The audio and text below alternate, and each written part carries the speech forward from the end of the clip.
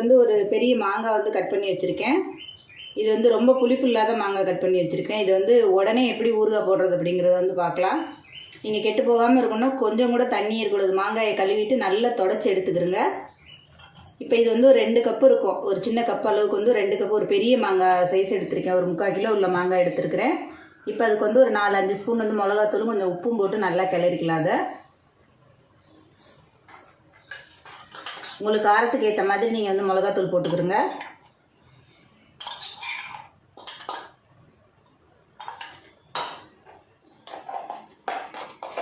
அதுக்கு தேவையான அளவு வந்து உப்பு போட்டுக்கிறங்க. அதுக்கு இப்போ இதை நல்லா கிளறி விட்டுடலாம். கொஞ்சம் காரம் தூக்கலாக இருந்தால் தான் புளிப்பு அந்த இனிப்போடு சேர்த்து நல்லாயிருக்கும். இப்போ இது ஒரு பக்கம் இருக்கட்டும். நம்ம வந்து கொஞ்சம் கடுகும் வெந்தயமும் இதை வறுத்து அரைச்சிடலாம் இதில் கலக்கிறதுக்கு. இது வந்து ஒரு 15 நாள் 20 நாள் கூட கெட்டு போகாமல் இருக்கும். இந்த மாதிரி நீங்கள் சுத்தமாக தண்ணி இல்லாமல் போட்டிங்கன்னு சொன்னால். இப்போ இது இருக்கட்டும். நம்ம அதுக்கு வந்து தேவையான அது வந்து வறுத்துடலாம். இப்போ ஒரு கடாயை சூடு பண்ணிக்கிறோங்க. இப்போ இதுக்கு வந்து ஒரு 2 ஸ்பூனுக்கு வந்து வெந்தயம் எடுத்துக்கிறோங்க. வெந்தயமும் கடுகும் வந்து சேர்த்தே போட்டுக்கிறோங்க.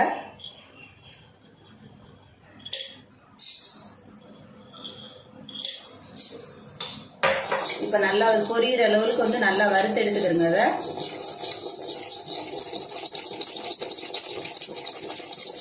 இப்போ நம்ம உப்பும் காரமும் வந்து அதில் வந்து சேர்த்தாச்சு. இப்போ இதை வறுத்து அந்த பொடியை வந்து அந்த நம்ம கட் பண்ணி வச்சுருக்க மாங்காயில் வந்து சேர்த்துக்கலாம். அதுக்கப்புறம் கொஞ்சம் தாளித்து கொட்டிட்டோம்னா வந்து 15 நாள் 1 மாதம் கூட கெட்டு போகாமல் இருக்கும். நம்ம அந்த எடுக்கும்போது எண்ணெய் மேலே வர்ற மாதிரி எடுக்கணும். இப்போ இது நல்லா பொரிஞ்சிருச்சுன்னா அதுக்கப்புறம் நம்ம மிக்சியில் பவுட்ரு பண்ணி அதை வந்து சேர்த்துக்கலாம். அதை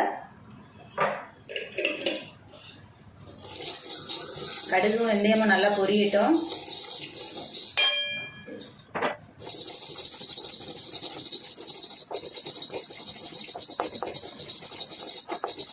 இப்போ இது நல்லா பொரிஞ்சிருச்சு. இப்போ இதை ஆற வச்சு நம்ம மிக்சியில் பவுட்ரு பண்ணி எடுத்துடலாம். அதை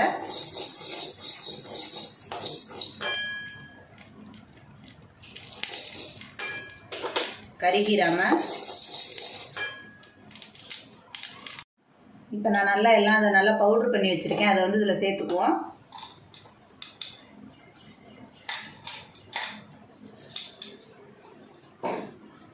இப்போ இதை ஃபுல்லாக நல்லா எல்லாம் கிண்டிடுங்க.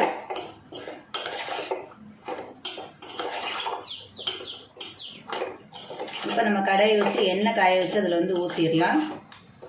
இப்போ இந்த பொடி போட்டு கொஞ்சம் நேரம் நம்ம எடுத்து வச்சுட்டு நம்ம எண்ணெய் காய்ந்தட்டிக்கு இது வந்து ஊறட்டும். இப்போ இதுக்கு தேவையான அளவு வந்து நல்லெண்ணெய் சேர்த்துக்கிறோங்க. கொஞ்சம் வந்து ஊறுகாய்ங்கிறதுனால கொஞ்சம் சேர்த்து ஊற்றிக்கிறோங்க. எண்ணெய் வந்து நம்ம அந்த இதுக்கு மேலே மாங்காய் வச்சுருக்கிறதுக்கு மேலே வந்து எண்ணெய் வரணும். அப்போ தான் வந்து ஊறுகாய் வந்து கெட்டு போகாமல் இருக்கும். இப்போ எண்ணெய் நல்லா காஞ்சோன்னா கொஞ்சம் கடுகு சேர்த்துக்கலாம். அதில்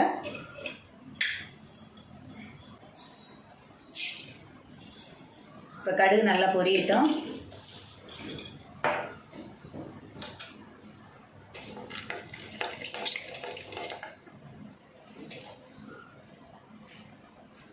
நான் இதில் வந்து ஒரு 4-5 காஞ்ச மிளகாய் எடுத்து வச்சுருக்கேன். அதையும் அதில் வந்து சேர்த்துக்கலாம்.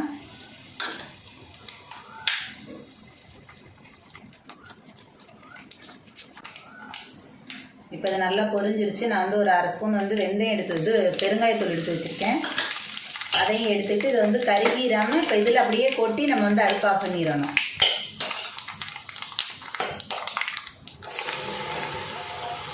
அப்படியே அடுப்பு ஆஃப் பண்ணிடுங்க. அந்த ஹீட்டில் ஓரளவுக்கு இருந்ததுன்னா சரியாயிடும் உங்களுக்கு.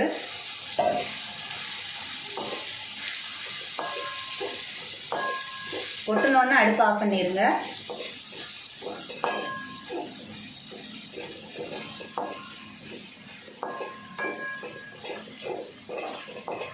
நிறைய மாங்காய் இருந்ததுன்னு சொன்னால் நீங்கள் எண்ணெய் காய வச்சு கொஞ்சம் மேலே வந்து நல்லெண்ணெய் வந்து ஊற்றிக்கிறங்க. அப்போ தான் டேஸ்ட்டு நல்லாயிருக்கும். இப்போ இது கொஞ்சம் நேரம் ஆன உடனே எண்ணெய் ஃபுல்லாக மேலே வந்துடும். அப்படியே லைட்டாக அமுக்கி வச்சுருங்க. அதை வந்து எண்ணெய் மேலே வந்தால் தான் ஊறுகாய் வந்து கெட்டு போகாமல் இருக்கும். இப்போ தாராளமாக இது வந்து 1 மாதம் வரைக்கும் கெட்டு போகாமல் வச்சு சாப்பிடலாம். ஏன்னா ஸ்பூனை விட்டு எடுத்திங்கன்னா கெட்டு போகாமல் இருக்கும். இப்போ இதே மாதிரி வீட்டில் மாங்காய் இருந்ததுன்னா நீங்களும் வந்து ரெடி பண்ணி பாருங்கள். இது வந்து டக்குன்னு சாப்பாட்டுக்கு சாம்பார் சாதம் இதுக்கெலாம் உடனே வேணும்னா உடனே செஞ்சிடலாம். இப்போ தொடர்ந்து நான் போடுற வீடியோ ஃபுல்லாக பாருங்கள். வீடியோ பிடிச்சிருந்துச்சுன்னா லைக் பண்ணுங்கள், ஷேர் பண்ணுங்கள், மறந்துடாமல் சப்ஸ்கிரைப் பண்ணுங்கள், சேனலுக்கு சப்போர்ட் பண்ணுங்கள்.